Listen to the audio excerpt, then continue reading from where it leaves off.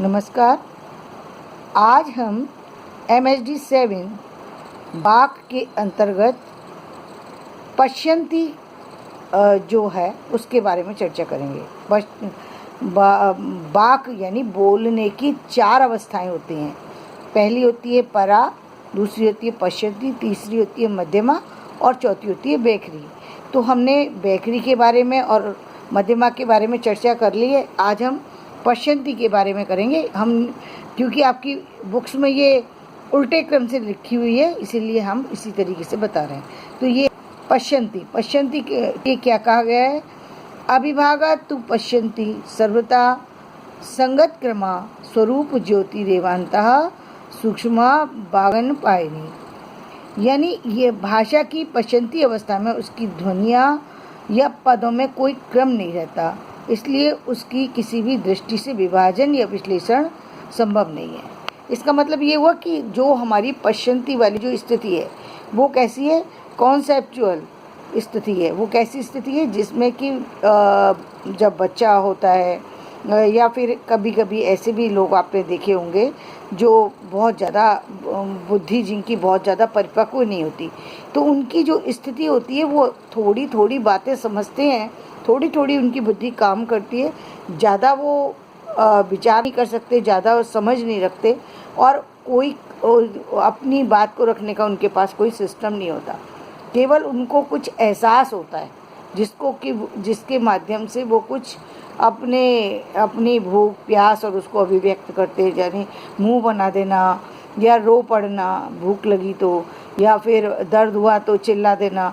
तो इस तरीके की छोटी छोटी हरकतें जो है वो स्टार्टिंग में जो होती हैं बच्चे के होने में या फिर उस व्यक्ति के अंदर जो कि कहीं ना कहीं बोलने की और बुद्धि की क्षमता से कमज़ोर है, उस व्यक्ति के अंदर पश्यन्ति की स्थिति होती है। या उस प्राणी मात्र के अंदर भी पश्यन्ति की स्थिति होती है। जो कि पशु है, वो पशु भी पश्यन्ति वाली स्थिति में है। वो बोलने की क्षमता, वो भावनाओं को वो भी समझ रहा है, आपकी भावनाओं को समझ रहा है। तभी आप देखते हैं कि बहुत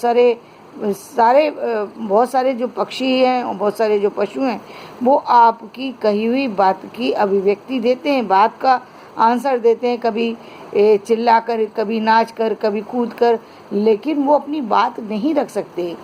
बात रखने के लिए पहले मध्यमा पर जाना पड़ता है, यानी आपके अंदर विचारों की एक श्रृंखला बनती है और फिर आपके पास बेकरी की शक्ति होना चाहिए, तभी आप बोल सकते हैं। उससे पहले आप बोल नहीं सकते। तो पश्यन्ति जो स्थिति है वो कॉन्सेप्चुअल है, जो कि आपके अंदर ही है। वो आपके भावनाओं में आप समझ रहे हैं कुछ चीज़ों को, लेकिन व्यक्त नहीं कर सकते। या फिर हम ये कहें कि जैसे गूंगा जो है मीठे का स्वाद नहीं बता सकता, खट्टे का स्वाद नहीं बता सकता, ऐसी ही अवस्था कुछ इन लोगों की होती है जो कि अपनी बातों को रख नहीं सकते, समझा नहीं सकते, लेकिन उनके अंदर सेंस होता है। ऐसा नहीं है कि सेंस नहीं होता है, लेकिन ज़्यादा सेंस करने की क्षमता या विचारों की श्रृंखला या कोई भाषा ने जन्म ले लिया है, ये कहना थोड़ा मुश्किल है, क्योंकि भाषा जब तक अभिव्यक्त ना की जाए तब तक हम उसे नहीं समझ सकते।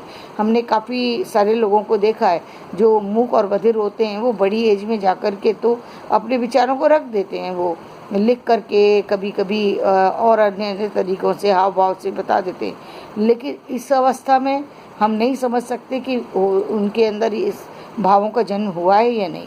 लेकिन पश्यन्ति वो अवस्था है जिसमें कि व्यक्ति ने ध्वनि के बाद भावों का जन्म हो जाता है, उसके अंदर भावनाएं जन्म ले लेती हैं। मानव मात्र की जो भावनाएं हैं वो सारी उसके अंदर जन्म ले चुकी हैं। विचारों की श्रृंखला कितनी बड़ी है कितनी छोटी है ये नहीं कहा जा सकता। तो ये है पश्यन्ति। इसके बाद हम चौथी अवस्था के बारे में भी आज ही चर्चा कर लेते हैं, और ये चौथी अवस्था परा, जो कि सबसे पहली अवस्था थी लेकिन सबसे बाद में बताई गई है एक बुक्स में। तो परा जो है वो कोशिश जिसमें कि व्यक्ति सिर्फ जो है जिसमें कुछ भी चीज़ का उसका बोध नहीं है, उसके अंदर स्वर तो है, गूंज तो है, लेकिन कोई भी किसी तरीके की उसकी प्रतिक्रिया नहीं है, कोई भावनाओं की अभिव्यक्ति नहीं है। परा यानी वो संसार की सारी स्थितियों से अलग है। अभी जब बच्चा जन्म लेता है तो वो संसार से जुड़ा नहीं होता है। उस समय की स्थिति एक ऐसी है कि वो पूरा संसार से अलग है, उसको कुछ नहीं पता। लेकिन जब उसको भूख लगती है, प्यास लगती है, तो वो पश्चंती वाली स्थिति में चला जाता है और तब मुंह बनाना, रोना और इस तरह की स्थितियाँ होती हैं। तो परा कौन सी स्थिति है? जिसमें स्वर तो होता है बच्चे के अंदर, बोलने की क्षमता तो है, वाक की क्षमता तो है, विचार तो है। अब हम ये नहीं कह सकते कि बच्चा बोलेगा ये नहीं, क्योंकि बच्चा बोलेगा तभी पता लगेगा जब बड़ा होगा। लेकिन उसके अंदर उनको अभिव्यक्त करने की या समाज से वो जुड़ चुका है इसकी क्षमता नहीं होती, क्योंकि वो उस समय जुड़ा ही नहीं होता। जब माँ के गर्भ से आता है वो सिर्फ कुछ अलग ही महसूस करता है, उसको ये बिल्कुल समाज से बिल्कुल ही अलग होता है। तो आज हमने ये चारों अवस्थाओं के बारे में आपने समझ लिया कि परा, पश्चंती और मध्यमा और बेखरी किस तरीके से वाक की रचना की गई है। इसी परा के बारे में एक और बात कही गई है, अनादि निधनम ब्रह्म शब्द तत्वम यदक्षरम विवर्तये अर्थभावेन प्रक्रिया जगतो यतः। भाषा प्रक्रिया में मूल से ही ब्रह्म है, जिसमें विवर्त के कारण शब्दों के अर्थ के रूप में जगत के विभिन्न पदार्थों की प्रतीति होती है। यानी और उसमें कोई भी सिर्फ जगत की प्रतीति हुई है, उसे ऐसा लगा कि मतलब वो जन्म ले लेता है, बाकी जो और चीज़ें हैं वो नहीं समझ पाता। तो आज हम इस वाक की प्रक्रिया को यहाँ समाप्त करते हैं और कल हम वाक्य के विषय में चर्चा करेंगे।